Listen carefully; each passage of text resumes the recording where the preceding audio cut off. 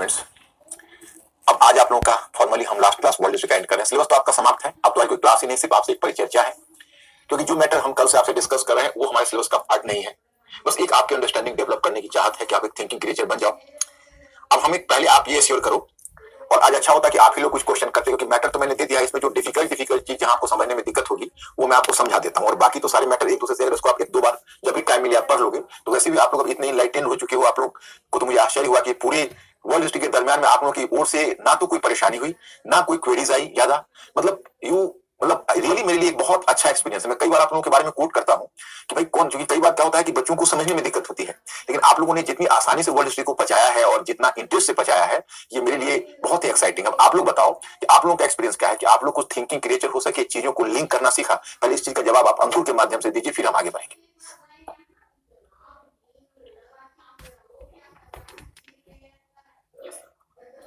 Link करना सीखा कुछ हर दिन। देखिए दुनिया में जो इतने बड़े स्कॉलर्स या कुछ भी होते हैं वो सब दिमाग का है। जैसे शरीर में क्या होता है, मैं क्यों कहता हूं सोचने वाला प्राणी बनो। जैसे मान लीजिए अगर हाथ कमजोर है तो डॉक्टर उसका क्या उपाय बताएगा। डॉक्टर कहेगा आप डंबल करिए, कोई एक्सरसाइज करिए ताकि आपके हाथ में ताकत आए। तो दिमाग में ताकत आती है जब हम क्रिएटिव सोचते हैं। तो ये दिमाग में दोनों चीज है। और क्रिएटिव सोचने का एक दूसरा फायदा होता है, डिस्ट्रक्टिव चीजें आपके दिमाग में रहेंगी नहीं। मतलब आप अपनी स्टडी में इतना एब्जॉर्ब रहोगे कि आसपास के लोगों से आपको कोई परेशानी नहीं होगी। तो इसका आम क्या और गुठलियों का दाम की बात है। अब दूसरी चीज बोलो कि राइटिंग तो थोड़ा टेक्निकल चीज होती है। तो पहले आप लोग हमें अब इन्फॉर्म करिए कि राइटिंग मैंने वर्ल्ड हिस्ट्री में, क्योंकि वर्ल्ड हिस्ट्री में तो प्रीलिम्स का पार्ट रहा नहीं, तो वर्ल्ड हिस्ट्री में प्रीलिम्स तो है नहीं, तो हमने आपको वर्ल्ड हिस्ट्री में मेंस ही मेंस का काम करवाया। तो हमने खूब कोशिश की कि वर्ल्ड हिस्ट्री पार्ट में आप राइटिंग सीख लो। तो आप अपना एक्सपीरियंस बताओ कि वर्ल्ड हिस्ट्री पार्ट में, या आपने जो ओवरऑल मॉडर्न हिस्ट्री पार्ट में किया, वर्ल्ड हिस्ट्री पार्ट में किया, जो ओवरऑल हमने राइटिंग के लिए काम करवाया, तो राइटिंग में आप लोगों का क्या सिचुएशन है, मतलब किस लेवल पर हो, मतलब कैसा फील कर रहे हो।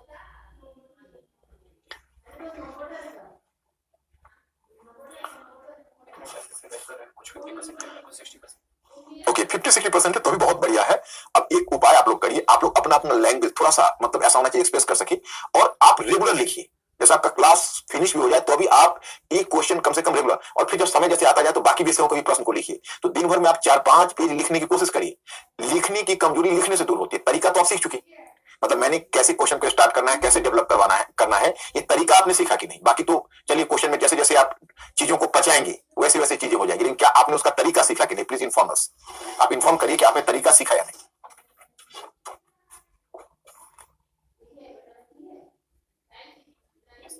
Okay yes, thank you.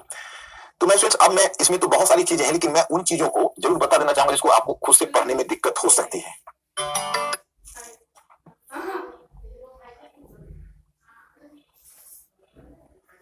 मैंने कहा तृतीय विश्व के देशों का तो कमजोर, इसलिए वो कमजोर होना तय था। और समाजवादी मॉडल का जब बिखराव हुआ तो पूंजीवादी मॉडल को और भी प्रगति हुई। मैंने कल आपको Samuel P Huntington, end of history, ये सारी चीजें आपको बताई। और अब कैसे अरब इजराइल संबंध और ओस्लो समझौता, यासिर अराफात। अब जो तकनीकी क्रांति हुई शीत युद्ध के दरमियान, उसी से इंफॉर्मेशन टेक्नोलॉजी का रिवॉल्यूशन निकल कर आया। अब आप कहोगे कि भाई ये जो इंफॉर्मेशन टेक्नोलॉजी का रिवॉल्यूशन निकल कर आया है, कहां से निकल कर आया है। तो जो तकनीकी क्रांति हुई है, मतलब एक तरह से आप समझिए तो जब कोल्ड वॉर में दोनों पक्ष अपने आप को ऊंचा उठाने के लिए, अपने आप को बढ़ाने के लिए जो उन्होंने नए अनुसंधान किए, नई तकनीकी डेवलप की, तो इस कारण से धीरे धीरे सूचना के क्षेत्र में प्रगति होती गई। उसी क्रम में कंप्यूटर आ गया, उसी क्रम में इंटरनेट आया, उसी क्रम में डायरेक्ट डायलिंग सिस्टम आई, और फिर देखते देखते पूरी दुनिया में सूचना प्रौद्योगिकी आ गई। अब देखिए सूचना प्रौद्योगिकी आने से इसको तृतीय औद्योगिक क्रांति, दुनिया में 2 औद्योगिक क्रांति तो पहले आई ही थी, तृतीय औद्योगिक क्रांति, वैसे देखो टोटल 4 औद्योगिक क्रांति की परिकल्पना। अभी जो आपका आर्टिफिशियल इंटेलिजेंस और 3D टेक्नोलॉजी, ये सब जो आ रहा है, आपको GPT-4 वगैरह आप देख रहे हो, ये सब क्या है, ये सब 4th इंडस्ट्रियल रेवोल्यूशन है। लेकिन तृतीय औद्योगिक क्रांति 1990 के दशक से उसकी शुरुआत मानी जाती है और वो चलती रही आगे तक। इस तृतीय औद्योगिक क्रांति में फायदा किसको हुआ पता है। तृतीय औद्योगिक क्रांति में फायदा हुआ भारत और चाइना जैसे देश को। मैंने कुछ देश को घाटा भी हुआ, मैं आपको बताना चाहूंगा। जैसे अब लैटिन अमेरिका है तो पिछड़ गए, और जहां जहां जो देश, जैसे अब देखो तृतीय औद्योगिक क्रांति आई तो दुनिया में आर्थिक उदारीकरण और भूमंडलीकरण हुआ। तो भूमंडलीकरण में मैंने कल आपको बताया था कि आपको अपना बाजार खोलना होगा।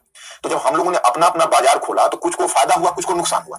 अब इंडिया को फायदा क्यों हो गया, क्योंकि हमारे पास सस्ते दर पर इंजीनियर थे। हमारा जो इंजीनियर था हमारे यहाँ सस्ता था, क्योंकि एक तो अच्छी खासी संख्या हमारे इंजीनियर्स की थी। दूसरी बात है कि हम लोग इंग्लिश स्पोकन, इंग्लिश ग्रेजुएट्स हमारे यहाँ वर्ल्ड में सबसे ज्यादा था। तो हम लोगों को फायदा मेन हुआ आउटसोर्सिंग से। एक टर्म आता है आउटसोर्सिंग, जैसे इकोनॉमी में आप जाओगे तो एक टर्म आपको आएगा आउटसोर्सिंग। तो आउटसोर्सिंग क्या होता है कि जैसे तो सूचना प्रौद्योगिकी आई तो आप देखते हो कि आप देखते होगे कि कितनी सारी कंपनीज है और कितनी सारी सर्विस सेक्टर में लगी हुई कंपनीज है जो आप देखते हो कि बड़े बड़े पैकेज देकर इंजीनियर्स को रखते हैं, मेडिकल एक्सपर्ट्स को रखते हैं और बहुत सारे लोगों को रखते हैं। और आईटी कंपनी जिसको बोलते हो, तो क्या करेगा कि जैसे यूएसए में नाइट डे है, यहाँ नाइट है, तो सर्विस नाइट में देखो वो कंपनी लेट नाइट तक खुली रहेगी, तो उनका जो सर्विस होता है वो यहाँ से प्रोवाइड करते हैं। तो उनके इंजीनियर अगर साल में मान लीजिए $12 लाख लेते हैं, तो हमारे इंजीनियर साल में कितने 50 लाख रुपए में काम करते हैं, जो उनको 30 लाख रुपए में 20 लाख 25 लाख रुपए में काम कर देते हैं। तो $12 लाख का उनको अगर काउंट करके आप 60 से गुना करिए तो उनके लिए तो 1.5 करोड़ का ईयरली पैकेज, 2 करोड़ का ईयरली पैकेज यूएसए में हो जाएगा रुपए के हिसाब से, और इंडिया में वही चीज उनको 25 लाख में हो रहा है, तो उनका 8 गुना कम लग रहा है, 8वां भागी लग रहा है। तो वो क्या करते हैं कि इंडिया से सेवा लेते हैं, तो हम लोग को जॉब क्रिएशन हुआ।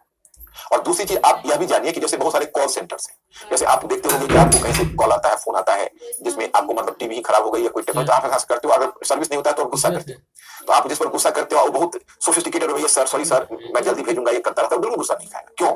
उसको उससे कोई लेना देना है ही नहीं। कंपनी पता चला यूएसए में है और कॉल सेंटर बना हुआ है सिंगापुर में बैठा हुआ आपको डील कर रहा है। उसी तरह हमारे जो ग्रेजुएट्स थे वो कॉल सेंटर पर बैठते थे और अमेरिकन कंपनी को डील करते थे, उनके कंप्लेन को नोट करते थे, उनके कंप्लेन का जवाब देते थे। तो उससे क्या हुआ, ये आउटसोर्सिंग, वही टर्म आता है आउटसोर्सिंग, उससे हम लोगों का बहुत ज्यादा फॉरेन करेंसी आई। इसलिए हमारी इकोनॉमी सर्विस सेक्टर, हमारा सर्विस सेक्टर भी पूरी इकोनॉमी का 55% तक पहुंच गया और हमारी इकोनॉमी काफी ग्रो हुई, तो हमें फायदा हो गया अनजाने। और चाइना को भी फायदा हुआ, जैसे हमको ऑफशोरिंग से फायदा हुआ तो चाइना आउटसोर्सिंग से फायदा हुआ, तो चाइना को ऑफशोरिंग से फायदा हुआ। तो आप कहेंगे ऑफशोरिंग क्या होता है? तो ऑफशोरिंग का मतलब हुआ कि जैसे यूरोप में कोई इंडस्ट्री है, तो यूरोप में इंडस्ट्री बैठी हुई थी, तो उस इंडस्ट्री में मान लीजिए वहां पर इलेक्ट्रिसिटी महंगा है, लैंड महंगा है और वाटर महंगा है, तो वहां पर क्या होता है, किसी प्रोडक्शन का लागत बहुत ज्यादा हो जाता है। तो लागत बहुत ज्यादा हो जाता है तो वहां के कैपिटलिस्ट को अपने राष्ट्रवाद से क्या लेना देना है? आप ही बताइए, मतलब वो राष्ट्रवाद से कोई लेना देना तो होता नहीं है। तो वो क्या करते हैं कि वो अपने इंडस्ट्री के पार्ट को दुनिया के बाकी जगहों पर फैला देंगे। चाइना उनको सस्ते दर पर लैंड दे देगा, इंडिया सस्ते दर पर उनको आउटसोर्सिंग मतलब क्या कहते हैं वो एक्सपर्ट्स दे देगा। तो इस तरह से क्या होगा कि उनका एक ही जो कंपनी है, तो पता चला कि उसका उनका व्हील बन रहा है इस कंट्री में, एक्सल बन रहा है उस कंट्री में। तो इस तरह से उन्होंने अपने इंडस्ट्री को दुनिया के बाकी जगहों पर बाइफरकेट करके छोड़ दिया, जहां जो सस्ता है, कहीं इलेक्ट्रिक सस्ता मिल रहा है, कहीं लैंड सस्ता मिल रहा है। तो चाइना ने चूंकि लैंड को भी जब चाहते थे तो गवर्नमेंट डिक्टेटोरियल अप्रोच था, तो लैंड को एक्वायर करके दे देती थी, सस्ते दर पर सारी चीजें मुहैया कराती थी। तो चाइना में बहुत सारी इंडस्ट्री का रस हुआ और इस कारण से ऑफशोरिंग हुआ चाइना में। तो चाइनीज इकोनॉमी को एफडीआई से बहुत ज्यादा फायदा मिल गया, हम लोगों को एफआईआई से मिला, आउटसोर्सिंग से मिला, इस तरह से हम लोग फायदा कमाए। लेकिन बहुत सारे कंट्री से, बहुत सारे अफ्रीकन कंट्रीज तो और भी गरीब हो गए, क्योंकि ग्लोबलाइजेशन में क्या हुआ कि उनका मार्केट खुला तो दुनिया के प्रोडक्ट उनके यहाँ डंप होने लगे, तो उनकी अपनी इंडस्ट्री का पतन होने लगा, तो वो इकोनॉमिक क्राइसिस में चले गए। अब लैटिन अमेरिका में देखो, उनको ग्लोबलाइजेशन से नुकसान हुआ क्योंकि उनकी इकोनॉमी और भी कंपटीशन में नीचे गिर गई। परिणाम क्या हुआ कि लैटिन अमेरिका में समाजवादी प्रतिक्रिया हुई थी 1990s में और अर्ली 20s में, उसको पिंक रेवोल्यूशन कहते हैं, गुलाबी क्रांति, क्योंकि लाल कम्युनिस्ट क्रांति वो कहते हैं। वहां पर फिर न्यू कम्युनिस्ट गवर्नमेंट, कम्युनिज्म की तरह से समाप्त हो गया, लेकिन फिर इसका रिसर्फेसिंग हुआ कुछ सोशलिस्ट टेम्परामेंट वाली गवर्नमेंट को लैटिन अमेरिका में, तो प्योर रेड नहीं थी, कम्युनिस्ट को रेड कहते हैं, तो उनको पिंक रेवोल्यूशन का नाम दिया गया। यही है ऑफशोरिंग का और इसका। तो आउटसोर्सिंग का मेरे विचार से आप लोग समझ गए होंगे। अब अंकुर जब पूछो मेरे स्टूडेंट्स को समझ पा रहे हैं कि नहीं, कोई दिक्कत तो नहीं हो रही?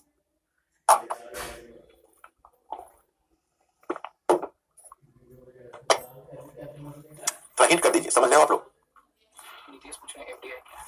एफडीआई कहते हैं foreign direct investment. Foreign direct investment का मतलब हुआ कि आप जैसे किसी दूसरी इंडस्ट्री में, दूसरी कंपनी में आप डायरेक्ट पैसा लगाते हो, तो वहां पर आप जैसे मानो आपका शेयर है, तो शेयर खरीद कर मतलब उसमें एक लार्जर पार्ट शेयर, पता चलता है कि भाई आप अपनी कंपनी को एफडीआई के लिए 40% के लिए खोले हो, 36% के लिए। तो अगर आपके यहाँ कोई कंपनी आपकी इंडस्ट्री में डायरेक्ट पैसा लगा के उसमें इन्वेस्ट करती है, तो उससे फायदा होता है, वो तकनीकी भी लाती है और तकनीकी के साथ एक्सपर्टीज भी लाती है। जैसे आप यहाँ एप्पल कंपनी आ गई और आपका मान लीजिए उसके कंपनी का उसका कोलैबोरेशन होता है, तो कोलैबोरेशन हो गया तो आपको तकनीकी भी मिली, इन्वेस्टमेंट भी मिला, तो आपको फायदा हो जाता है। एफआईआई में क्या होता है कि आप शेयर मार्केट में जो शेयर भेजते हैं वो शेयर वो खरीदता है, फॉरेन जो इन्वेस्टर्स है वो शेयर खरीदते हैं। लेकिन एफआईआई जो होता है वो बड़ा टेम्पररी चीज होती है, कभी भी आपको शेयर मार्केट से शेयर निकाल लेगा, तो फिर आपकी इकोनॉमी खतरे में पड़ जाती है। 1991 में पड़ गई थी। लेकिन जो एफडीआई है, एक बार अगर आपको दे दिया तो निकाल नहीं सकता, उसका एक सर्टेन पीरियड होता है, आपके सर्टेन फॉर्मेलिटीज होते हैं, तो इसलिए एफडीआई को ज्यादा ड्यूरेबल माना जाता है, उसको ज्यादा अच्छा इन्वेस्टमेंट माना जाता है। ठीक है। अब तृतीय विश्व अर्थव्यवस्था को देखो, तेल संकट और पर्यावरण संकट के कारण खतरे में आनी थी, तो वहां पर भुगतान संतुलन की समस्या आई, तो मैंने आपको बताया ही। अब हम लोग इधर चले थे कि यूरोप के एकीकरण, कल मैंने आपको बताया कि यूरोप का एकीकरण हुआ, और इस यूरोप के एकीकरण में फ्रांस ने बढ़ चढ़ कर हिस्सा लिया, क्योंकि जर्मनी का जो यूनिफिकेशन, मतलब मैस्ट्रिक्ट सम्मेलन मैंने कहा यूरोपियन यूनियन बना, तो एक्चुअली फ्रांस बड़ा डरा हुआ था। फ्रांस को लगता था कि अगर जर्मनी यूनिफाई हो गया तो कहीं वो पुराना फॉर्म में ना आ जाए। तो मैं आपको बताऊं कि जब जर्मनी, देखो जर्मनी को यूरोप, आप लोग मेंटली अलर्ट हो ना, जर्मनी को यूरोप कभी पचा नहीं पाया, दुर्भाग्य है। जब जर्मनी का एकीकरण हुआ था, आप याद करिए, तो यूरोप में इतना उथल पुथल मचाया कि फर्स्ट वर्ल्ड वॉर हुआ। फर्स्ट वर्ल्ड वॉर के बाद उसको पनिश किया गया तो सेकंड वर्ल्ड वॉर हुआ, और सेकंड वर्ल्ड वॉर के बाद वो बढ़ गया तो चलिए, फिर जब उसका 1990 में रीयूनिफिकेशन हुआ तो फ्रांस ने सोचा कि भाई कहीं खतरनाक न हो जाए, तो उसको यूरोपियन यूनियन में खींच लिया और उसके जर्मन मार्क को यूरो में मिला दिया कि जर्मन मार्क अगर यूरो में मिल जाएगा। लेकिन आप देखोगे कि जर्मनी की इकोनॉमी इतनी मजबूत थी कि जब वह यूरोपियन यूनियन में गया तो वहां भी डबाडोल कर दिया, वहां की पूरा उथल पुथल और पूरी इकोनॉमी जर्मनी के फेवर में चली गई। तो एक तरह से तुम समझो तो जर्मन एकीकरण को, एकीकृत जर्मनी को यूरोप आज तक नहीं पचा पाया है। ये सबसे यूरोप के लिए बड़ी चुनौती रही।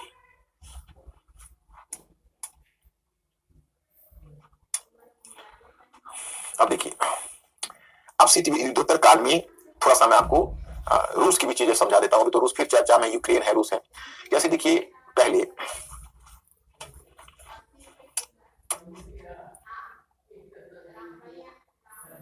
एक मिनट,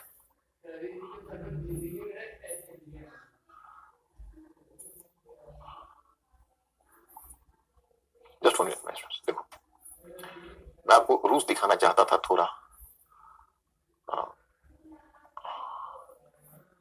जस्ट वन मिनट, नहीं चलिए कोई नहीं।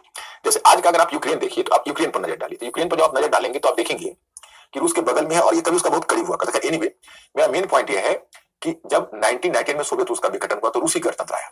तो अब जैसे मान लो अलग अलग राज्य का प्रधान होता है, तो रूस तो फिर भी 3/4 से ही बड़ा था, आपने देखा। तो जो रूसी गणतंत्र था, तो रूसी गणतंत्र में अगर आप नजर डाल के देखोगे तो उसमें रूसी गणतंत्र बहुत मेजर एरिया सबसे तो रिप्रेजेंटेटिव वही था।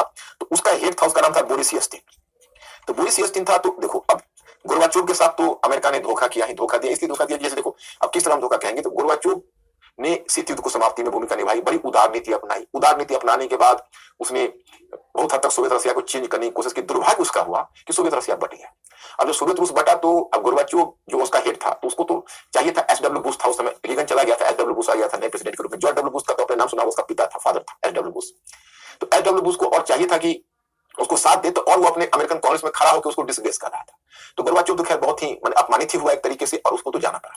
अब सोवियत रूस विघटित हो गया। तो सोवियत रूस विघटित हुआ तो उस सोवियत रूस में जो रूसी गणतंत्र था, अब तो 15 में एक गणतंत्र हो गया हो, तो उसका प्रधान था बोरिस यल्त्सिन। तो उसने देखा कि वैसे भी रूस टूट रहा है, तो उसने क्या किया कि 1993 में ही उसने एक जो 15 जो गणतंत्र थे उसकी बैठक बुलाई। कहा कि चलो आप लोग स्वतंत्र हो गए तो हो गए, लेकिन एक संघ कम से कम बना लो ताकि हम लोगों के बीच कोई ना कोई एक संबंध बना रहे।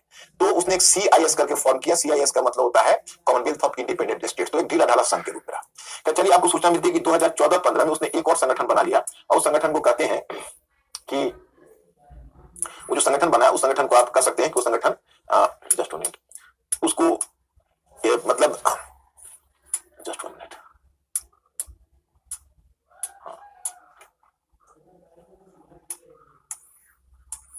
जस्ट वन मिनट,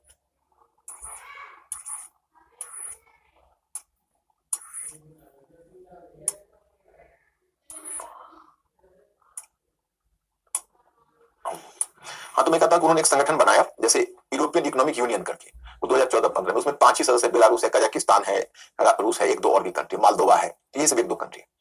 तो अब क्या हुआ कि बोरिस यल्त्सिन के साथ भी बेसिकली अमेरिका ने धोखा किया। जैसे बोरिस यल्त्सिन उसके पिछलग्गू के रूप में रहा कि चलो ये हमारी सहायता करेगा। अब जब सोवियत रूस का विघटन हुआ तो देखिए अब क्या हुआ कि कम से कम यूएसओ को इस बात का डर था कि कहीं ऐसा ना हो कि जो परमाणु हथियार है वो रूसी गणतंत्र के पास ही था। तो रूसी गणतंत्र पर परमाणु हथियार वर्चुअली 3 देशों में था, 4 देशों में।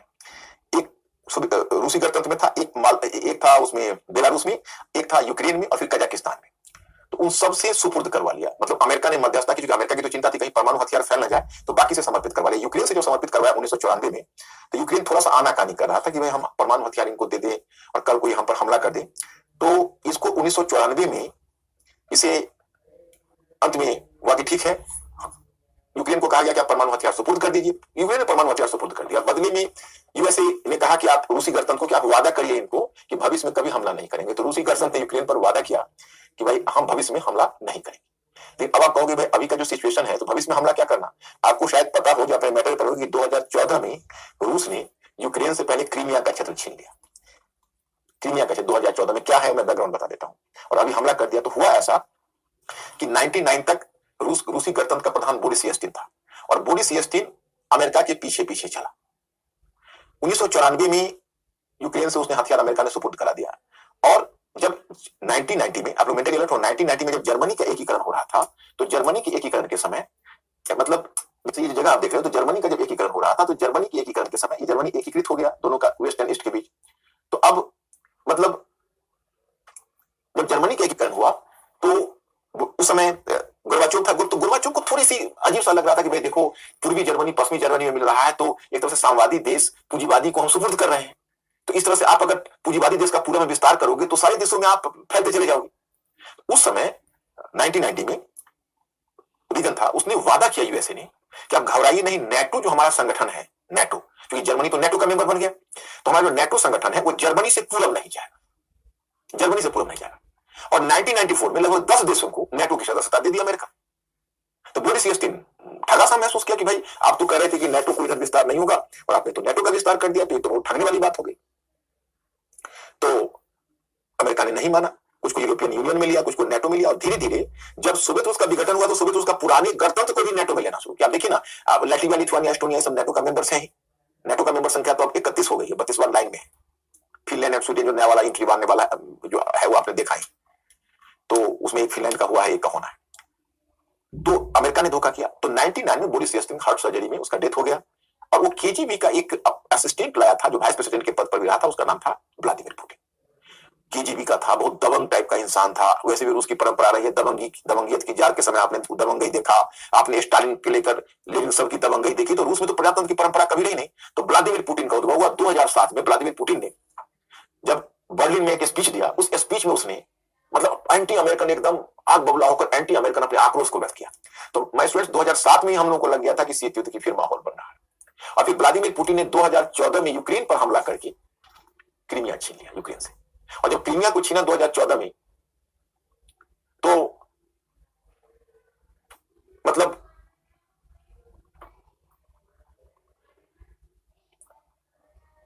उस समय बराक ओबामा अमेरिकन प्रेसिडेंट था, और बराक ओबामा थोड़ा सा ठंडे दिमाग का व्यक्ति था। तो बराक ओबामा ने क्या किया कि उससे एक संधि कर ली। तो जब बराक ओबामा जिसमें 2014 में उसे टीटी कर रहा था और उसके साथ मतलब एक तरह से मेल मिलाप की नीति अपना रहा था, और रूस ने इतना उदारता की थी कि यूक्रेन से क्रीमिया छीननी थी, उस समय के न्यूज़पेपर में भरा हुआ आ रहा था कि यह म्यूनिख का विश्वासघात है। म्यूनिख का विश्वासघात माने म्यूनिख की संधि के बराबर। तो मैं थोड़ा तुम लोग एश्योर कर देते कि म्यूनिख की संधि तुम्हें याद है, और म्यूनिख की संधि किसने की थी उसका नाम अगर टाइप कर देते तो बड़ी मेहरबानी होती। मुझे लगता कि तुम लोग वास्तव में प्रबुद्ध हो चुके हो। तो जरा देखो तो बताओ, तो म्यूनिख की संधि का चक्कर है क्या कि न्यूज़पेपर में उसकी तुलना म्यूनिख की संधि से की।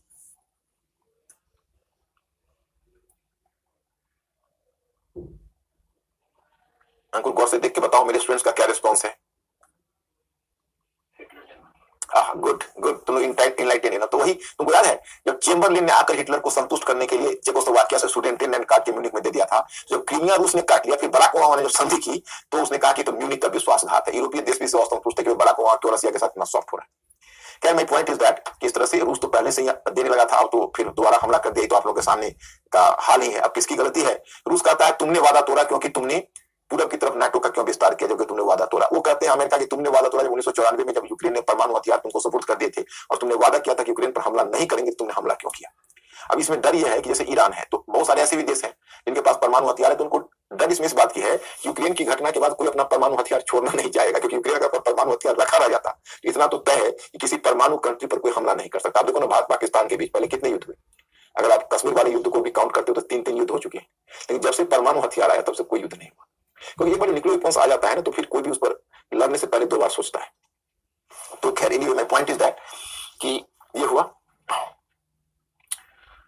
तो शीत युद्ध काल में जो सोवियत रूस है, मैंने बताया यूरोपियन इकोनॉमिक यूनियन, ये जो मैंने बताया, इसमें बेलारूस है, कजाकिस्तान, ये सब आपको मैटर में मिल जाएगा। रूस है, आर्मेनिया है, किर्गिस्तान है, ये 5 कंट्री है। 1999 में रूसी गणतंत्र व्लादिमीर पुतिन का उद्भव हुआ। संघाई सहयोग संगठन भी इसने बना लिया ना 2007 में व्लादिमीर पुतिन के द्वारा। तो मतलब ये जो संघाई संगठन है वो चाइना के साथ मिलकर बना है, और चाइना भी क्या था कि 1971 से लेकर मैंने बताया था कि 1989 तक वो अमेरिकन कैंप में रहा था। अमेरिका के उसी में चाइना ने अपनी शक्ति मजबूत की थी, लेकिन अब तो अमेरिका और चाइना के बीच दूरी हो गई, तो फिर अब जो चाइना है, जो चीन है, वो रूस के निकट आ गया। अब आर्थिक उदारीकरण से क्या तात्पर्य है ये तो मैंने आप लोगों को समझाया था। वाशिंगटन सहमति, फ्रेडरिक हाइक और मिल्टन फ्रीडमैन, और मैटर में लिखा हुआ है, आप लोग उसको आराम से डील कर सकते हो। अब आर्थिक उदारीकरण अंतरराष्ट्रीय अर्थव्यवस्था में क्या परिवर्तन हुआ, जैसे देखो जॉन मेनार्ड केन्स जब था, तो जॉन मेनार्ड केन्स ने जिस समय IMF वर्ल्ड बैंक बनाया था, गेट बनाया था, तो जॉन मेनार्ड केन्स का कहना था कि देखो अर्थव्यवस्था को आप सीमित खोलो, पूरी तरह से मत खोलो, क्योंकि पूरी तरह से खोलोगे तो राष्ट्रीय अर्थव्यवस्था ध्वस्त हो जाएगी। तो उस बात को नहीं माना गया और अर्थव्यवस्था को अनलिमिटेड वे में खोल दिया गया, मतलब पूरी तरह से खोल दिया गया इसमें भूमंडलीकरण में। जैसे देखो जॉन मेनार्ड केन्स ने कहा था कि देखो औद्योगिक उत्पाद को ट्रेड में शामिल करते हैं, अंतर्राष्ट्रीय व्यापार में। इन कृषि को अंतर्राष्ट्रीय व्यापार में शामिल नहीं किया था, सेवा क्षेत्र को अंतर्राष्ट्रीय व्यापार में शामिल नहीं किया था, क्योंकि उसका मानना था कि कृषि को हम अंतर्राष्ट्रीय व्यापार में शामिल कर देंगे तो कृषि किसी भी कंट्री को खाद्य सुरक्षा प्रदान करती है, तो ऐसी स्थिति में किसी देश की खाद्य सुरक्षा खतरे में पड़ सकती है, तो हमको कृषि को नहीं रखना है व्यापार में। मतलब व्यापार में रखने का मतलब आज की तारीख में तुम किसी देश के कृषि उत्पादों पर भी कर मतलब चुंगी लगा के नहीं रोक सकते हो, और ना ही तुम अपने कृषि को सब्सिडी दे सकते हो, होगा कि भाई आपने फेवर कर रहे हो अपनी कृषि को, तो खाद्य सुरक्षा खतरे में पड़ सकती है ना। और दूसरा सेवा क्षेत्र, तो सेवा क्षेत्र में बैंकिंग, बीमा, सभी, अब आप दूसरे कंट्री का बैंकिंग आप यहाँ खुलेगा, आप मना नहीं करोगे, उसकी बीमा कंपनी खुलेगी, तो इससे आपके सेवा क्षेत्र को तो प्रतिस्पर्धा मिल रही है। और तीसरा फैक्टर है कि उन्होंने, क्योंकि देखो पश्चिमी देश है, वो पश्चिमी देश तो तकनीकी में अब धीरे धीरे अब उत्पादन में वो पिछड़ रहे थे, क्योंकि जो औद्योगिक देश है, सॉरी जो तृतीय विश्व के देश हैं, उनके लेबर चीप है, तो अमल सूती वस्त्र है या बहुत सारे ऐसे उद्योग है जो लेबर इंटेंसिव है, तो वहां लेबर इंटेंसिव उद्योग में ये तो बाजी मार ले जाते थे, सोच सकते हो। तो जब ये बाजी मार ले जाते थे तो वैसे उद्योगों में उनकी जो स्थिति है वो कमजोर हो रही थी। तो अब इन्होंने सोचा कि भाई चलो उस उद्योग में तो उनके साथ प्रतिस्पर्धा नहीं कर सकते, तो इन्होंने क्या किया, एक नई चीज ला दी जिसको कहते हो पेटेंट एक्ट। पेटेंट एक्ट का मतलब इंटेलेक्चुअल प्रॉपर्टी राइट्स, मतलब जो तकनीकी हमने बनाई है वह तकनीकी आप यूज करते हो, तो जितना आप प्रोडक्शन करते हो उस सब में आपको पेटेंट में मतलब हमें उसका एक पार्ट मुनाफा का देना पड़ेगा। तो इंडिया पहले बहुत रेजिस्ट किया था, हम लोग याद है, हम स्टूडेंट लाइफ में थे 1989-90 में, तो इंडिया पर सुपर 301 अमेरिका ने लगाया था, सुपर 300, सुपर 301, क्योंकि इंडिया ने कहा था कि देखो हम प्रोसेस पेटेंट देंगे लेकिन प्रोडक्ट पेटेंट नहीं देंगे। जैसे उसका ये कहना था इंडिया का, जैसे मान लो अब ट्रैक्टर की तकनीकी मैं आपसे लेता हूँ, तो तकनीकी आपका यूज कर रहा हूँ तो एक बार में आपसे लमसम अमाउंट आप ले लो, हमें फ्री करो। आप कहते हो प्रोडक्ट पेटेंट का मतलब कि जितना ट्रैक्टर का प्रोडक्शन करेंगे तो प्रत्येक ट्रैक्टर पर आप मतलब अपना शेयर लोगे, तो ये नहीं चलेगा। लेकिन बाद में क्या हुआ कि इंडिया अकेला कितना खड़ा रहता, तो इंडिया को भी झुकना पड़ा। अब इसका परिणाम है पेटेंट एक्ट का कि आप देखो कैंसर जैसा जो लाइफ सेविंग ड्रग्स है वो भी कितना दुनिया में महंगा हो गया। मतलब और दुनिया में जब कहा जाता है ऐसी बीमारियों के लिए, एड्स, कैंसर, इस तरह की बीमारियों के लिए कि भाई ये सब ट्यूबरक्लोसिस, कि भाई आप मेडिसिन का कॉस्ट कम करिए, तभी होगा जब उस पर आप पेटेंट फ्री कर दीजिए, तो लोग पेटेंट फ्री करने के लिए तैयार नहीं। बाकी इंडिया ने क्लोज रखा हुआ है कि जो हमारा इसेंशियल है, जो हमारा सर्वाइवल के लिए जो गुड्स है, उस पर हम पेटेंट से फ्री करके अपना प्रोडक्शन कर सकते हो। तो इंडिया कुछ मेडिसिन का कर लेता है, हालांकि इस बात के लिए इंडिया पर आलोचना होती है और उसको मामले को WTO में लाया जाता है। तो खैर ये मैं बता रहा हूं, तो ये सब क्या हुआ कि पूरा अब जो ग्लोबलाइजेशन होने से पूरा ट्रेड का जो कंपोजिशन है वो बदल गया। तो मैंने आपको कल बताया कि भाई तृतीय विश्व ने ये शर्तें क्यों मानी, क्योंकि तृतीय विश्व के अगेंस्ट में ये शर्तें जा रही थी। तो तृतीय विश्व ने मतलब जो उरुग्वे राउंड की बात 1986 में हुई उसी पर WTO बना, और उस समय तृतीय विश्व ने सोचा समझा नहीं, जब बाद में हस्ताक्षर कर लिया तो उसको लगा कि भाई ये तो सारा कुछ पश्चिमी देशों के फेवर में चला गया। तो जो तृतीय विश्व के देश हैं उन्होंने पश्चिमी देशों पर दबाव डालना शुरू किया कि अब टर्म्स को बदलिए और एक बार फिर आप एक नया राउंड चलाइए वार्ता का, उसमें आप हम लोगों के फेवर में कुछ करिए। तो पश्चिमी देशों ने तृतीय विश्व के दबाव में एक दोहा राउंड शुरू किया था। जैसे एक उरुग्वे राउंड था, ये वार्ता का अलग अलग राउंड है। जैसे हम लोग जो स्टूडेंट लाइफ में थे तो कहते थे उसको उरुग्वे राउंड, तो हम लोग पढ़ते थे उरुग्वे राउंड, तो बड़ा जिज्ञासा होती है उरुग्वे राउंड क्या है, तो फिर जाने की वजह तरह की वार्ता चल रही है, और तब 1995 WTO बना। यह दोहा राउंड, तो दोहा राउंड शुरू हुआ था 2001 में कतर में, कतर जो दोहा मतलब कतर के दोहा में। तो ये दोहा राउंड चला तो हुआ कि कुछ किया जाएगा, रियायत दी जाएगी तृतीय विश्व के देशों को, तभी उनके यहाँ 2008 में अमेरिका में क्राइसिस हो गई, सब प्राइम लोन क्राइसिस हो गई, और 2009 में यूरोप में यूरोजोन क्राइसिस हो गई। तो इस क्राइसिस के बाद उनकी इकोनॉमी खराब हुई, तो उन्होंने हमारे मध्य ठिकरा फोड़ दिया और फिर दोहा राउंड विफल हो गई, तो उन्होंने हमें कोई रियायत दी नहीं। तो कुल मिलाकर जो ग्लोबलाइजेशन है उनके फेवर में जाता है। अब देखो, अब होता है कि भाई एक टर्म आपको आता है कि भाई एक ध्रुवीय बनाम बहुध्रुवीय विश्व। तो ये क्या है, देखिए पहले जो पूरा जो कोल्ड वॉर आपने देखा, तो पूरा जो शीत युद्ध का काल है उसको दो ध्रुवीय विश्व कहते थे। मतलब एक यूएसए था, एक यूएसएसआर था, तो उसको दो ध्रुवीय विश्व कहते थे।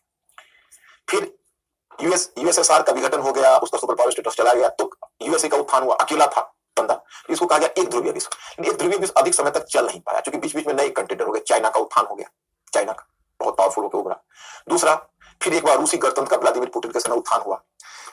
तीसरा, 2001 में जब संयुक्त अमेरिका पर 9/11 का हमला हुआ, तब पता चला कि आतंकवाद एक अंतरराष्ट्रीय समस्या, उसका इंटरनेशनल कनेक्टिविटी है, इंटरनेशनल उसका नेटवर्क है, तो कोई अकेला देश उस पर नियंत्रण तो कर नहीं सकता, उसको भी अमेरिका को भी अन्य देशों की सहायता की आवश्यकता हुई।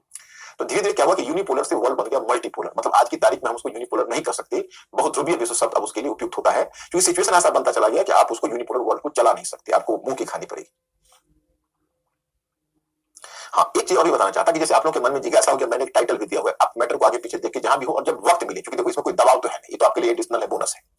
बस हमारा सिर्फ यही कहना है कि आप लोग सोचने वाले प्राणी बनोगे तो उसके लिए आपको जितनी भी कनेक्टिविटी बनेगी उतना बढ़िया है। इसीलिए मैंने इस बात को कहा कि थोड़ा कॉन्टेम्पररी वर्ल्ड को भी समझ लो, जान लो। तो एक टर्म आता है आर्थिक उदारीकरण और दूसरा टर्म आता है भूमंडलीकरण। तो कई बार लोगों को कंफ्यूजन होता है दोनों एक है। देखो, दोनों एक नहीं है, बल्कि आर्थिक उदारीकरण साधन है और भूमंडलीकरण उसका परिणाम है। जैसे दुनिया में जो भूमंडलीकरण हुआ, मतलब दुनिया के विभिन्न क्षेत्रों का समायोजन हुआ, वो आर्थिक क्षेत्र में ही हुआ है। राजनीतिक क्षेत्र में नहीं हुआ। राजनीतिक क्षेत्र में कब होता है, जो दुनिया में विश्व सरकार बनती, तो ऐसा तो बनी नहीं। सामाजिक क्षेत्र में नहीं हुआ, क्योंकि सामाजिक क्षेत्र में तब होता है कि भाई एक देश के नागरिक के लिए आप अपना दरवाजा खोल देते। तो जैसे अब यूरोपीय देश है, तो यूरोपीय देशों ने अपना यूरोपीय संघ के लिए और यूरोपीय यूनियन के लिए उन्होंने एक देश से दूसरे देश का दरवाजा खोला हुआ है कॉमन नागरिकता की, परंतु वर्ल्ड में तो बाकी देशों के लोगों को तो आने नहीं देते। आपको अगर वही अफ्रीका, दक्षिणी अफ्रीका से आता है, बोट पर चढ़ के, बोटमैन उसको बोलते हैं, भाग कर बेचारा जान बचाकर आता है, या पश्चिम एशिया से जाता है, तो भूमध्य सागर में डूब कर मर जाए, आप अपने यहाँ उसको प्रवेश नहीं देते। तो भाई सामाजिक भूमंडलीकरण तो है नहीं। अब अगर सांस्कृतिक भूमंडलीकरण तो ठीक है, अब टीवी है, इंटरनेट है, दुनिया में सूचना प्रौद्योगिकी है, तो उसे एक देश से दूसरे देश में विचारों का, संस्कृति का एक्सचेंज तेजी से हो रहा है, ठीक है। वहां भी आप बेईमानी कर रहे हो, वहां भी आप पश्चिमी संस्कृति तृतीय विश्व पर थोप रहे हो, तो सही मायने में तो सांस्कृतिक भूमंडलीकरण भी नहीं। तो मुख्य रूप से भूमंडलीकरण आर्थिक ही क्षेत्र में देखने को मिलता है। आर्थिक उदारीकरण ने भूमंडलीकरण बनने का रास्ता तैयार किया। कहोगे कैसे? तो मैं एक उदाहरण समझाता हूं। जैसे मान लीजिए आप अपनी इकोनॉमी को जो सजाएंगे, संवारेंगे, तो फॉरेन इन्वेस्टर्स आएगा और आपकी इकोनॉमी दुनिया की इकोनॉमी से जुड़ेगी। जैसे आप इसको ऐसे समझो कि आपका घर है, ड्राइंग रूम है, बेडरूम है, सब अलग अलग, अपने लिविंग रूम है, सब आपने बनाया हुआ है, लेकिन उसका कोई नियम का आप पालन नहीं कर रहे हो। मनमाने ढंग से जहां ड्राइंग रूम है उसी को डाइनिंग रूम भी बनाए हुए, उसी में खा रहे हो, उसको स्लीपिंग रूम भी बनाए, उसी में सो रहे हो, स्पोर्ट्स रूम भी बनाए हो, खेल रहे हो, सब तितर बितर हुआ पड़ा है। तभी आपको पता चलता है कि आपके चाचा जी अमुक तारीख को यूएसए से आने वाले। अब आपके हाथ पांव फूलने लगते हैं कि चाचा जी आएंगे, देखेंगे भाई कितना बेतरतीब रह रहा है, तो हमारा इमेज खराब होगा, हम कैसे आप करें। तो आप क्या करते हो कि जल्दी जल्दी अपने घर को, सभी घर के आदमी लग जाते हो, सोफा कवर चढ़ाते हो, ड्राइंग रूम को ठीक करते हो, बेडरूम को ठीक करते हो, सबको अपनी तरतीब पर घर को सजाते हो, और तब आप आराम से उस तिथि को चाचा जी के आने के इंतजार में बैठ रहे हो। तो जो आपने घर को सजाया और संवारा है वो आर्थिक उदारीकरण है, और आपके जो चाचा जी आएंगे वो भूमंडलीकरण है।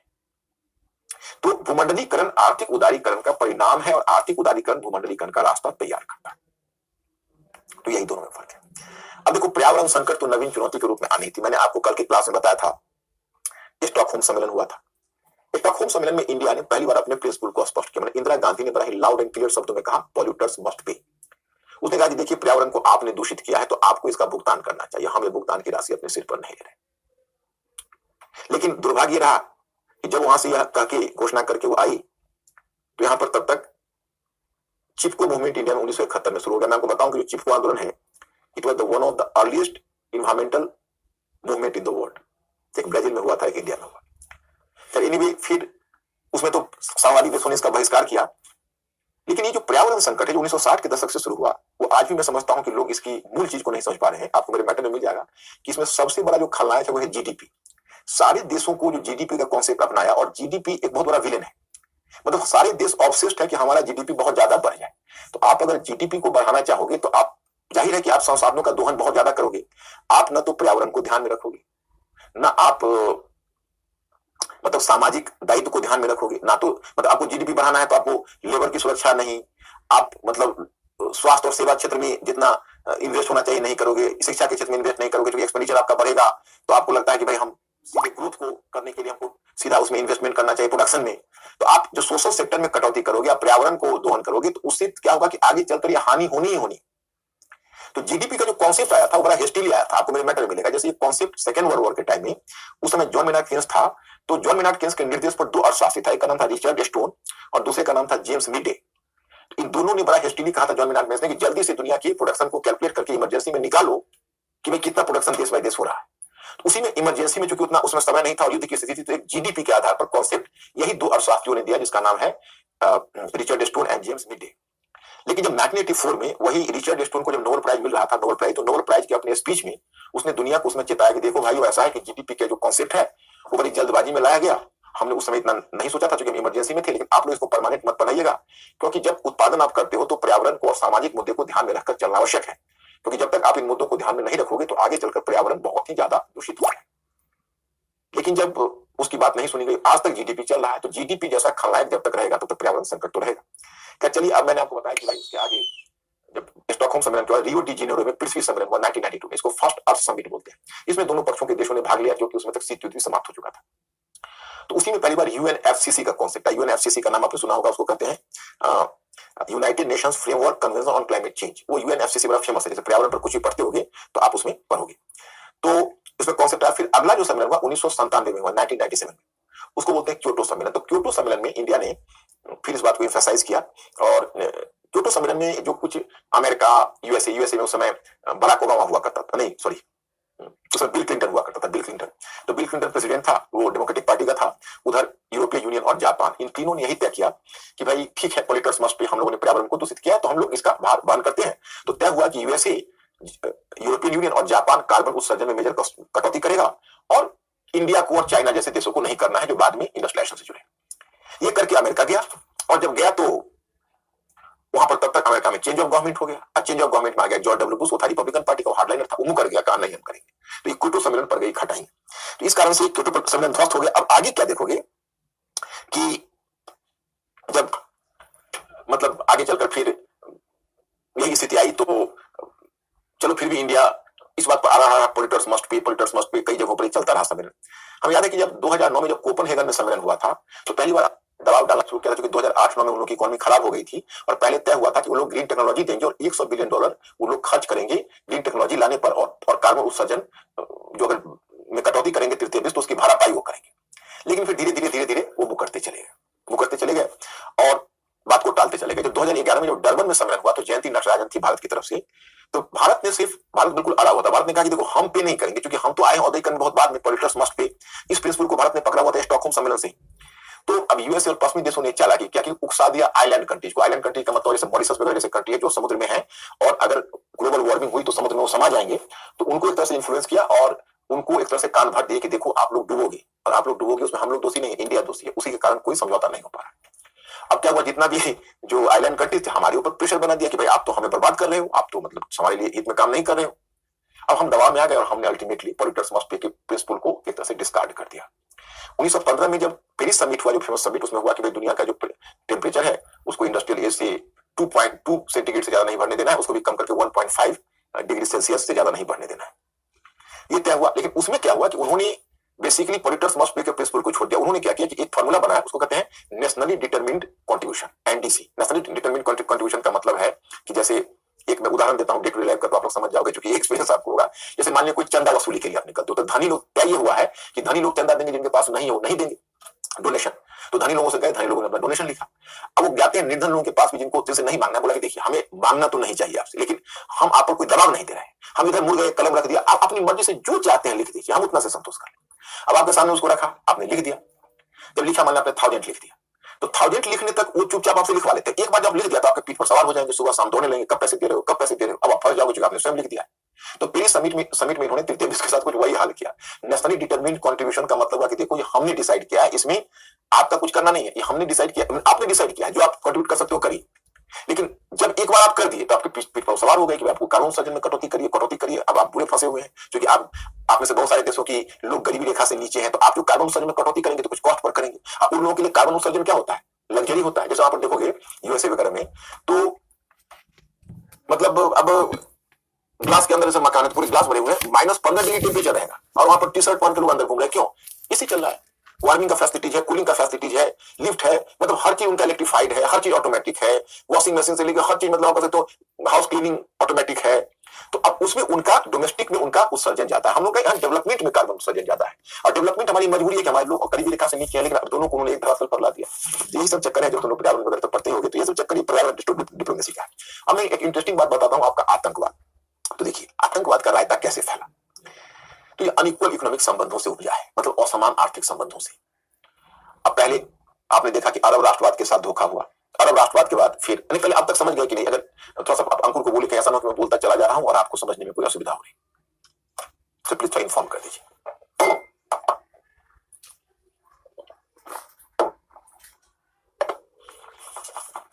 समझ गए? तो समझ रहे हैं ना सर? तो मैं आपको बताया कि एक तो अरब राष्ट्रवाद के साथ विश्वासघात हुआ, आप लोग अच्छी तरह जानते हैं। उसके बाद तेल साम्राज्यवाद, मैंने आपको बताया कि भाई petroleum company, petroleum producing companies है, उनके यहाँ घुस गई। मैंने मोसादेक की सरकार को गिराना आपको बताया था, याद है ना, कि ईरान में कैसे मोसादेक की सरकार को गिरा दिया अमेरिका ने, कैसे पेट्रोलियम जो प्रोड्यूसिंग कंट्री है उसने हस्तक्षेप किया, फिर अमेरिका अपने अपना वर्चस्व अरब क्षेत्र में स्थापित कर लिया, उनके तेल भंडार पर नियंत्रण स्थापित कर लिया। इस सब कारण से उन लोगों की जो प्रतिक्रिया हुई, तो वहां पर चूंकि कहीं ना कहीं रिलीजियस फंडामेंटलिज्म था, तो जो प्रतिक्रिया हुई तो साम्राज्यवादी शोषण की प्रतिक्रिया धर्म के माध्यम से होने लगी। तो धर्म के माध्यम से होने लगी, तो कहीं ना कहीं रिलीजियस एक्सट्रीमिज्म को जन्म दिया। फिर आप देखेंगे जो अरब क्षेत्र है, वो अरब क्षेत्र में कहीं ना कहीं खलीफा का शासन था। तो खलीफा का शासन रहा था और एक समय तक इस्लाम के गोल्डन डेज रहे थे। तो अभी भी जो बहुत सारे इस्लामी बुद्धिजीवी हैं वो इस्लाम के स्वर्ण, थोड़ा सा टेम्परेचर को एक पॉइंट, जैसे वो इस्लाम के स्वर्णिम दिन को नहीं भूल रहे हैं और वो इस्लाम के स्वर्णिम दिन को जिलाने की बात करते हैं। तो ये अपने आप में एक बहुत बड़ी बात है। इसी क्रम में आपको सूचना मिलती है कि दो विचारधारा अरब क्षेत्र में, देखो सब मैंने मैटर में लिख कर दिया हुआ है और आप लोग वैसे भी पढ़ोगे तो आप लोग इतने मेधावी हो चुके हो कि स्वयं भी पढ़ के समझ जाओगे। तो जब वहां पर जब आप देखोगे कि जो अरब क्षेत्र है तो वहां पर दो विचारधारा, दो माने उग्र विचारधारा आई। एक को कहते हैं बहावी विचारधारा, दूसरा सलाफी विचारधारा। तो बहावी विचारधारा के जो जनक है वह अब्दुल बहाव। तो अब्दुल बहाव यह कहते हैं कि इस्लाम को उसके मूल रूप में स्थापित किया जाना चाहिए और शरीयत के कानूनों को बहाल किया जाना चाहिए और इस्लाम उसके मूल रूप में स्थापित हो और इस्लाम की जो मूल रूप में इस्लाम स्थापित हो, इस्लाम को फिर पवित्रता को एक और स्थापित किया जाए। और इस्लाम को मूल रूप में स्थापित करने के लिए हमको पश्चिमी विचारधारा और पश्चिमी तकनीकी से परहेज करना है। तो ये पश्चिमी तकनीकी से भी परहेज करने की बात करता है। जो सलाफी विचारधारा है उसका भी उद्देश्य वही है, इस्लाम को उसके मूल रूप में स्थापित करें, एकदम प्योर रूप में इस्लाम को हम स्थापित करेंगे, लेकिन इस लक्ष्य को पाने के लिए हमें आवश्यकता होगी तो हम पश्चिमी तकनीकी का उपयोग करेंगे पश्चिम के विरुद्ध। तो पश्चिमी तकनीकी के उपयोग की अनुमति सलाफी विचारधारा देती है। तो जिसे आप कहते हो, एक आपने आतंकवादी का नाम सुना, बहुत फेमस है, ओसामा बिन लादेन और अल कायदा, वो सलाफी विचारधारा की उपज है। फिर अरब इजराइल का जो प्रॉब्लम हुआ है उसने भी वहां पर इस्लामी कहीं ना कहीं इस्लामिक फंडामेंटलिज्म को प्रोत्साहन दिया। जैसे इजराइल के शोषण के विरुद्ध वहां पर एक हमास मिलिशिया नामक संगठन गाजा पट्टी में बना। उधर लेबनान पर जब हमला किया इजराइल ने तो वहां पर एक हिजबुल्लाह गुट बना है, वो भी एक आतंकवादी गुट ही है। और इधर ओसामा बिन लादेन का इतिहास यह है, और आप अगर गौर से देखोगे तो जितना भी दुनिया में रायता फैलाया हुआ है और जब उसकी जड़ में आप जाओगे तो कहीं ना कहीं यूएसए जरूर फंसता है। आप लोगों को पता है कि सोवियत रूस की सेना अफगानिस्तान में घुसी थी और सोवियत रूस की सेना अफगानिस्तान में गई और अफगानिस्तान अमेरिका से पहले सोवियत रूस अफगानिस्तान से पिट कर आ चुका है। ये आप लोगों को सूचना है या ना? थोड़ा सा अंकुर के माध्यम से इन्फॉर्म करिए तो कि अफगानिस्तान में सोवियत रूस पिटा और वहां से एक तरह से उसको भी निकलना पड़ा था शुरू में।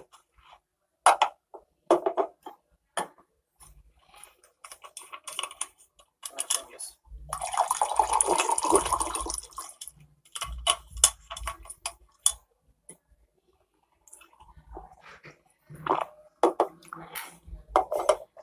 तो सोवियत रूस अफगानिस्तान में गया था तो शीत युद्ध का काल था और उसी कारण से शीत युद्ध हारा भी सोवियत रूस। तो यूएसए सोवियत रूस के विरुद्ध भड़का रहा था शीत युद्ध में स्थिति मजबूत करने के लिए। देखिए, जब आप किसी के विरुद्ध अगर युद्ध भी कर रहे हो, संघर्ष भी कर रहे हो, तो आपको एक दायरा तो पता होना चाहिए कि जो आप कर रहे हो उसका रिपरकशन क्या होगा। अब यूएसए का देखो, अफगानिस्तान में रसिया के विरुद्ध मुजाहिदीन का जो धर्म पर समर्पित लोग उसको भड़काया और इसका पूरा सबूत है कि खैबर दर्रे के पास अमेरिकी रक्षा सलाहकार जिसका नाम था ब्रेजेनिस्की, वो एक हाथ में AK-56 राइफल और दूसरे हाथ में कुरान लेकर कहा कि ये दोनों आपको आजाद करेंगे। अब बताइए, हथियार मतलब इस्लामिक फंडामेंटलिज्म के हाथ में हथियार दिया और अमेरिका ने AK-56 राइफल को सप्लाई किया। और वैसे भी शीत युद्ध के काल में दुनिया में अवैध हथियारों का जखीरा बन चुका था, तो अफगानिस्तान में इतने सारे मिलिशिया खड़े हो गए और अफगानिस्तान में दुनिया भर के जिहादी लड़ने के लिए सोवियत रसिया के अगेंस्ट में आया। उसी में एक था अब्दुल्ला आजम जो मिस्र से आया था और दूसरा आया था सऊदी अरेबिया से ओसामा बिन लादेन। तो ओसामा बिन लादेन एक तरह से अब्दुल्ला आजम का फॉलोअर था और अब्दुल्ला आजम सलाफी विचारधारा का बड़ा प्रवर्तक था। तो सलाफी विचारधारा के जनक हसन उल बन्ना को माना जाता है। तो इस तरह से तो ओसामा बिन लादेन अफगानिस्तान में लड़ा। अफगानिस्तान में जब सोवियत रूस की सेना हार गई तो फिर वो लौट गया सऊदी अरेबिया। जब 1991 में संयुक्त राज्य अमेरिका ने यूएनओ में ज्वाइंट कमांड बनाया इराक के अगेंस्ट में, 1991 में जब संयुक्त राज्य अमेरिका ने इराक पर हमला किया तब ओसामा बिन लादेन संयुक्त राज्य अमेरिका के ही खिलाफ हो गया और फिर वो अमेरिका के अगेंस्ट में ही आग उगलने लगा।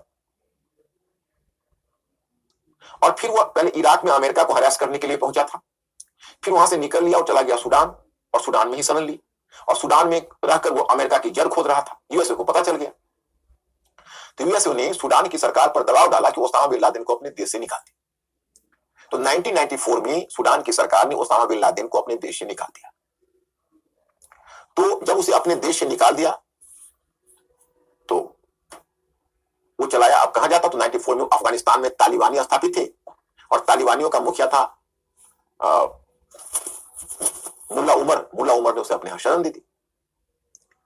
तो ओसामा बिन लादेन अफगानिस्तान में बैठ गया और वहीं से वो लगा षड्यंत्र करने। और उसी क्रम में 9/11 की घटना हुई 2011 में। एक आतंकवादी दस्ता भेजा जिसने अमेरिका पर टेररिस्ट हमला किया, जो पूरी घटना आप लोगों को पता ही होगा, जो इतना फेमस चीज है, और वहीं से आतंकवाद को प्रोत्साहन किया। अब उसके बाद अमेरिका ने दुनिया को एक तरह से हॉस्टेज पर रख दिया, कहा या तो आप अमेरिका के साथ या आतंकवाद के साथ। आतंकवाद के साथ उसने जो जिहादी संघर्ष छेड़ा उसमें और दुनिया में आतंकवाद बढ़ता चला गया। अब आज स्थिति क्या है, अल कायदा का कि वो रक्त बीज की तरह पूरी दुनिया में क्षेत्रीय रूप में फैल चुका है। अब उसमें देखोगे अलकायदा, ये अलकायदा, वो कोई अलमुसरा, कोई अलनुसरा, और इतनी सारी ऑर्गेनाइजेशन पूरे कुकुरमुत्ता की तरह पूरे विश्व में फैल चुके हैं कि आज अमेरिका के लिए उस रायता जिसको फैलाया था अफगानिस्तान में, उसको खुद साफ करना इसके लिए मुश्किल है। और यही इसने हर जगह किया है। अफगानिस्तान में देखो अशरफ गनी को छोड़कर किस तरह भागा, आप लोग तो उसके चश्मदीद गवाह। तो ये इसका कैरेक्टर रहा है। अब देखो मैं स्टूडेंट्स, अब आप लोगों का तो टाइम समाप्त ही हो रहा है और मैंने मैटर दे दिया है, और आप लोग मेधावी हो और आप लोग पर मेरा पूरा भरोसा है कि जब इसको आप पढ़ोगे तो आपकी समझ में आ जाएगा, उसमें कोई दिक्कत ऐसा नहीं होगी। तो एक दो मैं जो तुमको समझा देता हूं, एक चीज जो टेक्निकल एक चीज है वो समझा देता हूं।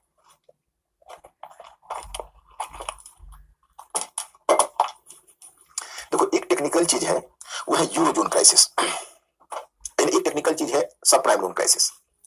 सब प्राइम लोन क्राइसिस क्या था? जैसे देखो यूएसए था, तो होता क्या है, बैंकिंग एक इकोनॉमिक चीज है, अगर टेक्निकल नहीं समझ में आया तो जब बाद में इकोनॉमी पढ़ोगे तो सब कुछ समझ में आ जाएगा। बस एक जस्ट उदाहरण बताता हूं, इसको कहते हैं अमेरिका का सब प्राइम ऋण संकट, और ये हुआ था 2008। तो उसमें हुआ ऐसा कि उस समय अमेरिकी इकोनॉमी डिक्लाइन कर रही थी, मतलब डिमांड उसमें कम हो रहा था। तो अमेरिका में जो हमारे यहाँ सेंट्रल बैंक है, इसको आपका आरबीआई, वहां पर एक बैंक है इसका नाम है फेडरल रिजर्व।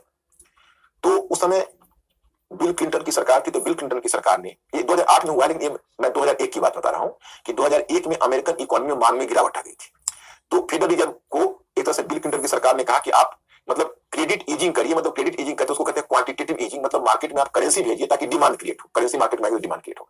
तो फेडरल रिजर्व ने 0% पर ऋण का ऑफर दिया कि हम 0% इंटरेस्ट पर उसने ऋण देना शुरू किया। तो जब बहुत बड़ी मात्रा में जब फेडरल रिजर्व बाजार में मुद्रा 0% इंटरेस्ट पर भेजने लगा, तो उसमें बहुत सारे ऐसे संगठन खड़े हो गए, बहुत सारे बैंकिंग ऐसी खड़ी हो गई नई जो उस पैसों का लाभ उठाए। उसी में एक बैंकिंग खड़ी हो गई जिसका नाम है इन्वेस्टमेंट बैंक, उसका नाम था इन्वेस्टमेंट बैंक, निवेश बैंक उसका नाम ही था।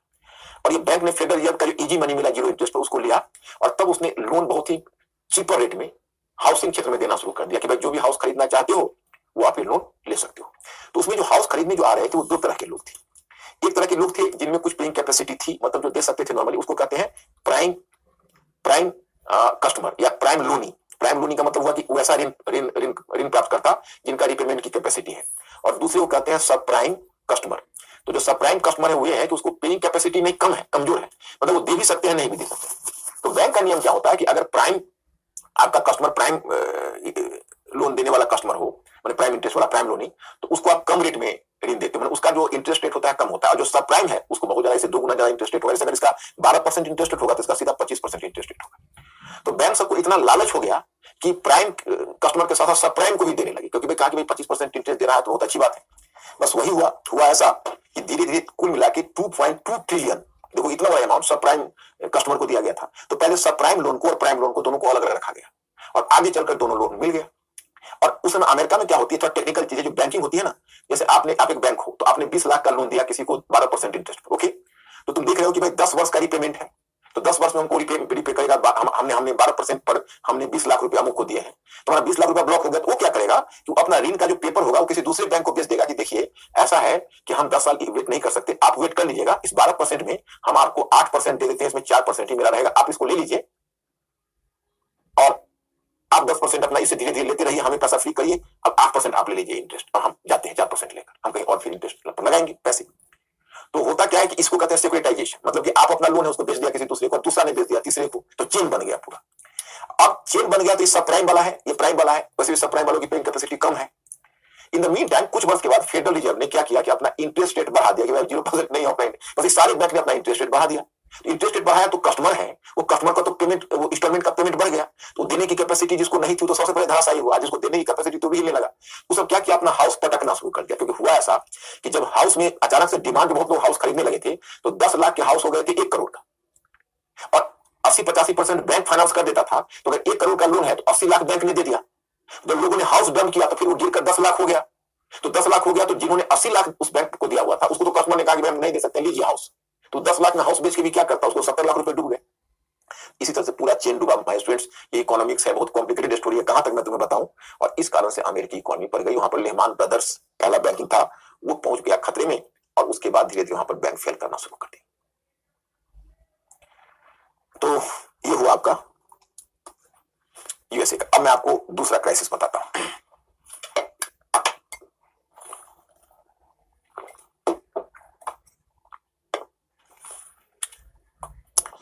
Eurozone crisis. क्राइसिस। अब यूरो जोन कैसे, देखो ये भी इकोनॉमिक इशू है, तो तुम लोग थोड़ा सा दिमाग फ्री करके सुनना, तो अगर थके नहीं होगे तो थोड़ा सा दिमाग को हिला के टाइट होकर थोड़ा बैठना। तो देखो, मान लीजिए ये है यूरोप, ओके, तो उसमें जैसे यूरोपियन यूनियन बना, उसी तरह से 19 देशों ने मिलकर यूरो जोन बनाया। देखो यूरो जोन है, तो यूरो जोन में अब एक ही करेंसी आ गई, वो करेंसी थी यूरो, जो कॉमन थी, जर्मनी से निकलती थी, मतलब ये पूरे यूरोपियन यूनियन अपनी करेंसी निकालता था यूरो, सारे देश में यही करेंसी चलनी है, एक ही जगह पर इस करेंसी को बननी है। इस करेंसी में कोई मतलब डिवैल्यूएशन या अवमूल्यन कोई देश नहीं कर सकता, क्योंकि कॉमन करेंसी है, कोई एक देश इसमें कोई बदलाव नहीं ला सकता।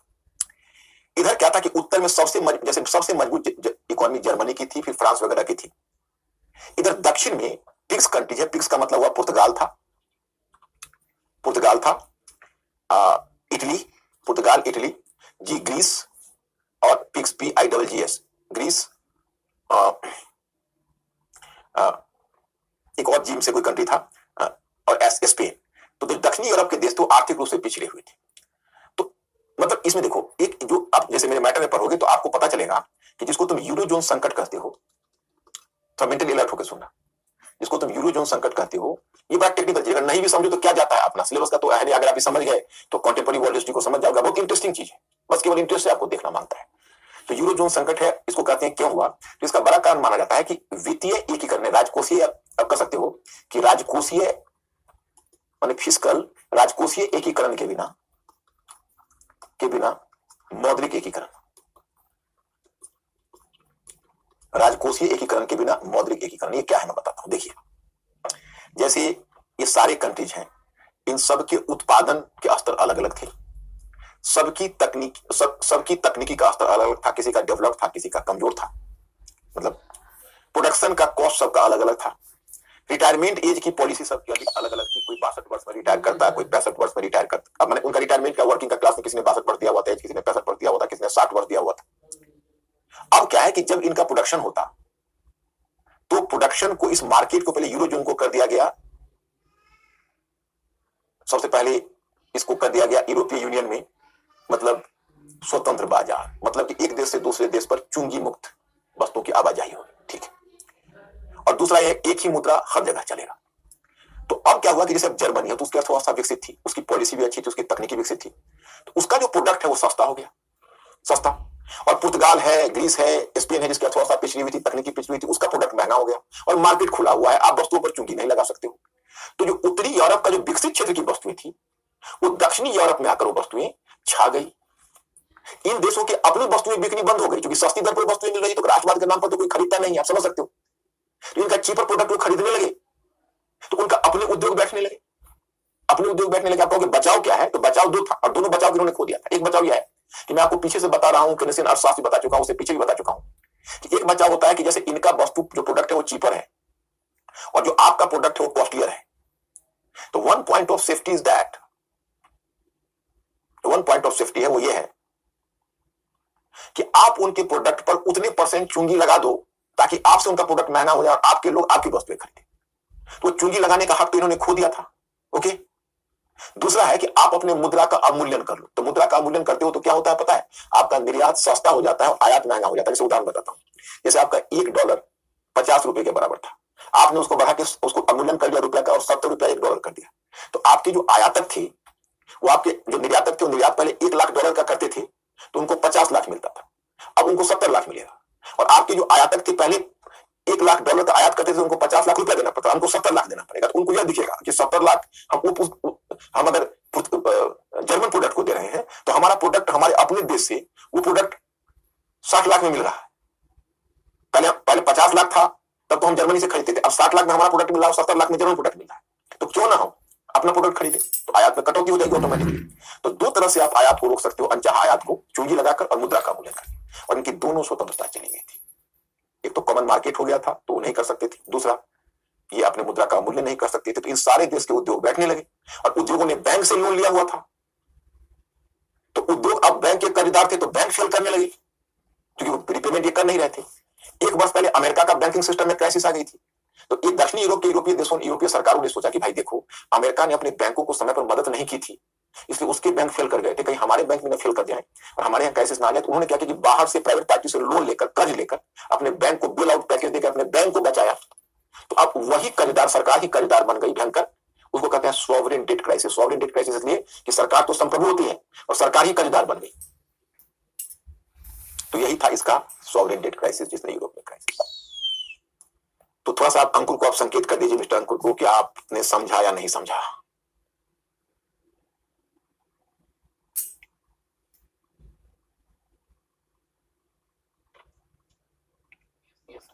माय स्टूडेंट्स, थैंक यू, क्योंकि आप लोग बहुत ही ब्रिलियंट स्टूडेंट हो। अब मैं स्टूडेंट्स वर्ल्ड हिस्ट्री को औपचारिक रूप से समाप्त करता हूं। इसको, ये जो पार्ट है, इसको आप लग्जरी में लो, अपने दिमाग को ब्रॉड करो और आप थिंकिंग के लिए जरूर बनना। हमारा विश्वास है कि आप लोग बहुत ही सक्सेसफुल होंगे और हमें अब आपको खुद संस्थान से सूचना मिल जाएगी। अब मेरा क्लास किस दिन होगा, कल्चर शुरू होगा, लेकिन वो सूचना आपको मिल जाएगी और आप उस उक्त तिथि से फिर हमारे सामने उपस्थित हो जाओगे। Ancient history, medial history and culture, ये पार्ट आपका बचा हुआ है, ये पार्ट भी मैं संपन्न कर दूंगा जल्द ही।